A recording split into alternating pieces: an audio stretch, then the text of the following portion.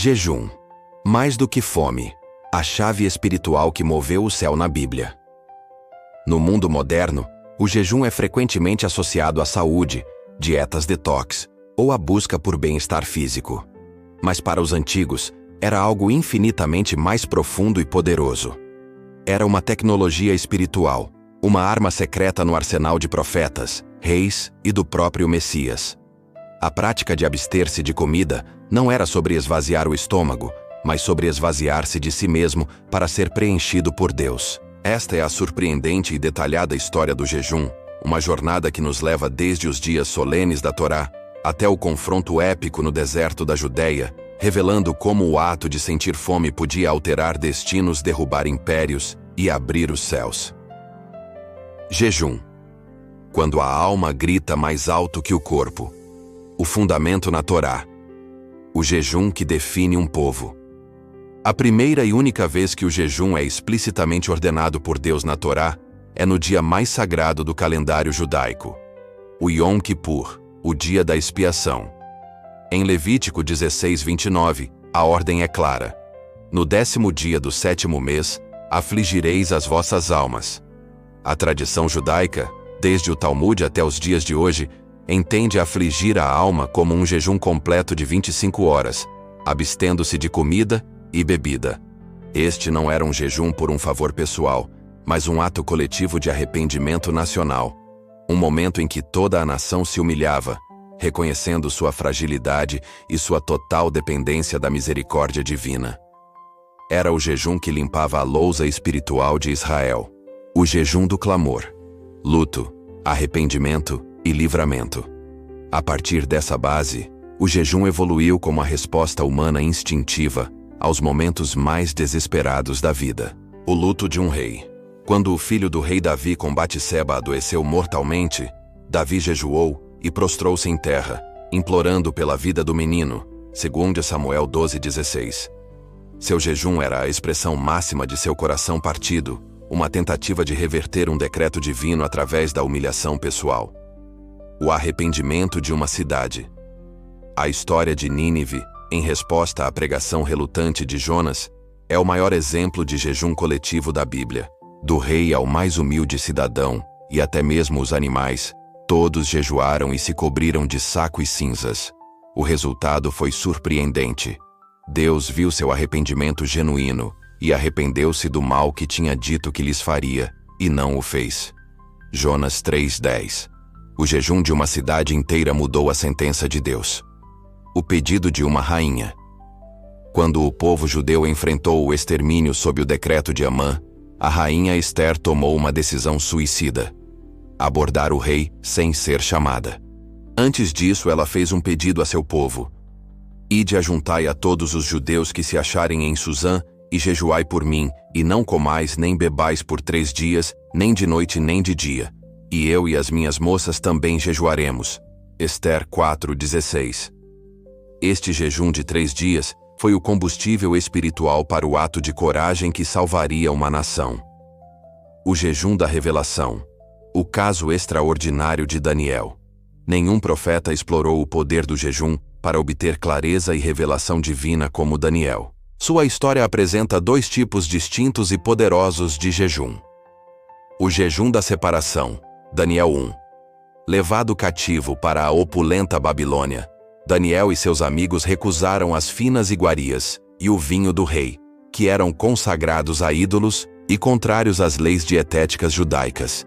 Em vez disso, eles pediram para comer apenas legumes e beber água. Este jejum parcial não foi motivado por um pedido a Deus, mas por um desejo de santidade e separação do mundo pagão. O resultado foi chocante. Ao final de 10 dias, eles pareciam mais saudáveis que os outros jovens. E Deus lhes deu um conhecimento e uma sabedoria que superavam em 10 vezes a de todos os magos do reino. O jejum os purificou e os posicionou para a excelência. O jejum da guerra espiritual. Daniel 10. Anos depois, perturbado por uma visão apocalíptica, Daniel entrou em um jejum de luto por 21 dias. Ele descreve: pão desejável não comi, nem carne nem vinho entraram na minha boca. Daniel 10:3. Ele estava em busca de entendimento. Ao final das 3 semanas, um anjo glorioso lhe apareceu. A revelação que o anjo trouxe foi uma das mais surpreendentes da Bíblia. Ele explicou que havia sido enviado no primeiro dia do jejum de Daniel, mas foi impedido de chegar por 21 dias porque estava em uma batalha cósmica contra uma entidade demoníaca chamada Príncipe do Reino da Pérsia. Foi somente quando o arcanjo Miguel veio em seu auxílio que ele pôde romper o bloqueio. Esta passagem liga diretamente o jejum e a oração de Daniel na terra a uma guerra nos reinos celestiais, mostrando que seu ato de abnegação era um componente ativo no conflito espiritual. O jejum do confronto supremo. Jesus no deserto. O jejum mais famoso e teologicamente denso é o de Jesus Cristo, narrado em Mateus 4 e Lucas 4.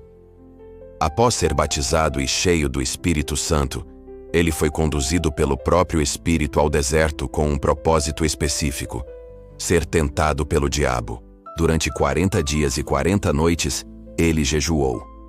A duração ecoa os grandes jejuns de Moisés no Sinai, que jejuou 40 dias antes de receber a Torá, e de Elias em sua jornada a Horebe.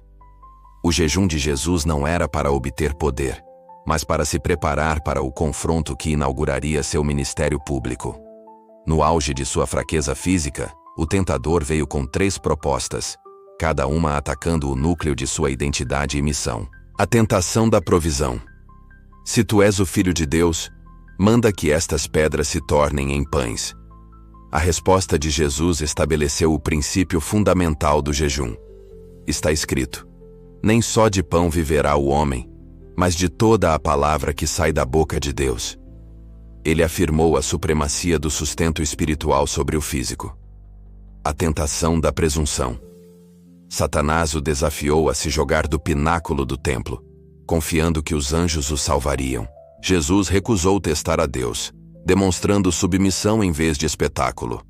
A tentação do poder. A oferta final foi todos os reinos do mundo, em troca de um ato de adoração a Satanás. Jesus rejeitou o atalho para o poder, escolhendo o caminho da obediência e do sacrifício. Jesus saiu do deserto não enfraquecido, mas no poder do Espírito. Seu jejum foi o crisol que o preparou para a batalha, a fornalha que solidificou sua resolução e dependência do Pai. Mais tarde, ele ensinaria seus discípulos a jejuar não como os hipócritas, para serem vistos pelos homens, mas em segredo, como um ato íntimo entre a alma e Deus. Mateus 6:16-18.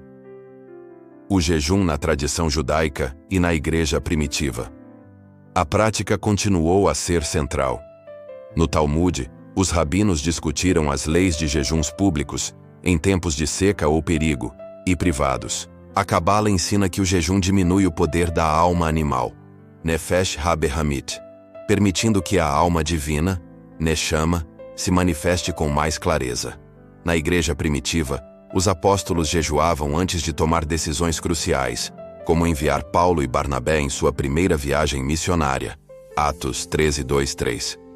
De Moisés no Sinai a Jesus no deserto, de Ester no palácio a Daniel na corte babilônica, o jejum se revela não como um ritual de autopunição, mas como um ato deliberado de redirecionamento. É o ato de dizer não ao corpo para que a alma possa dizer sim a Deus.